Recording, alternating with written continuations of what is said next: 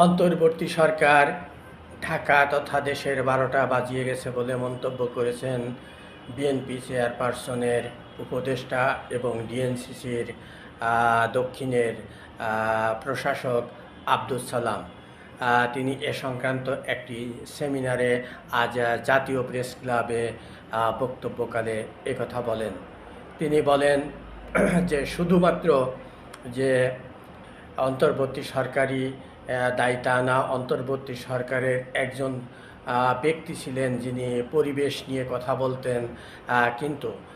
বাস্তবতা হচ্ছে তিনি সরকারে থাকার পরে এই পরিবেশটাকেই ধ্বংস করে দিয়ে গেছেন। তিনি বলেন ঢাকার বর্জ্য ব্যবস্থাপনা, ঢাকার নগরায়ন, ঢাকার যানজট, ঢাকার ট্রাফিক ব্যবস্থা এবং খাল নদীগুলো যেগুলো ঢাকার পাশ দিয়ে প্রবাহিত, সেই সমস্ত বিষয়গুলোর ব্যাপারে অন্তর্বর্তী সরকার 18 মাসে কোনো বিন্দুমাত্র কোনো পদক্ষেপ গ্রহণ করেনি। অথচ তারা একসময় পরিবেশ নিয়ে চিৎকার করত, কথা বলতো। কিন্তু তিনি বলেন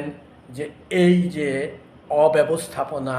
একটি পাহাড় অন্তর্বর্তী সরকার রেখে গেছে, সেটাকে সরিয়ে সেই জঞ্জালকে সাফ করে ট্রাফিক ব্যবস্থার উন্নতি এবং যানজট মুক্ত ঢাকা নগরী,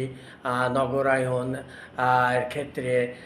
যে প্রতিবন্ধকতাগুলো আছে সেগুলো চিহ্নিত করে তার কার্যকরী উদ্যোগ এবং ঢাকা শহরের মধ্যে যে সমস্ত শিল্প কলকারখানা এবং রয়েছে সেগুলোকে ঢাকার বাইরে নেওয়া এবং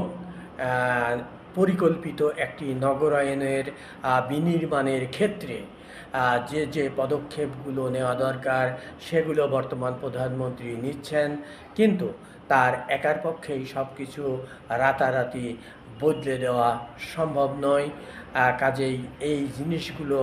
যে অব্যবস্থাপনা, দীর্ঘদিনের অব্যবস্থাপনাগুলো ঢাকা সিটিকে ঘিরে রয়েছে, আবর্তিত হচ্ছে, সেই অব্যবস্থাপনা থেকে ঢাকাকে মুক্ত করতে হলে, স্বাভাবিক সুস্থ জীবনযাপন করতে হলে, সুষ্ঠু নগরায়ন করতে হলে, পরিকল্পিত ঢাকা সিটি গড়ে তুলতে হলে এবং পরিবেশ এবং জলবায়ু সংক্রান্ত যে জটিলতাগুলো রয়েছে, বাতাসের যে বিষ রয়েছে, সেগুলো মুক্ত করতে হলে আমাদেরকে পরিকল্পিত চিন্তাভাবনা করে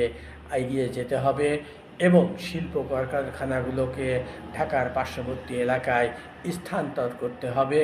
এবং পরিকল্পিত শিল্পায়ন এবং নগরায়নের মাধ্যমেই কেবল ঢাকা সিটিকে বায়ু দূষণমুক্ত এবং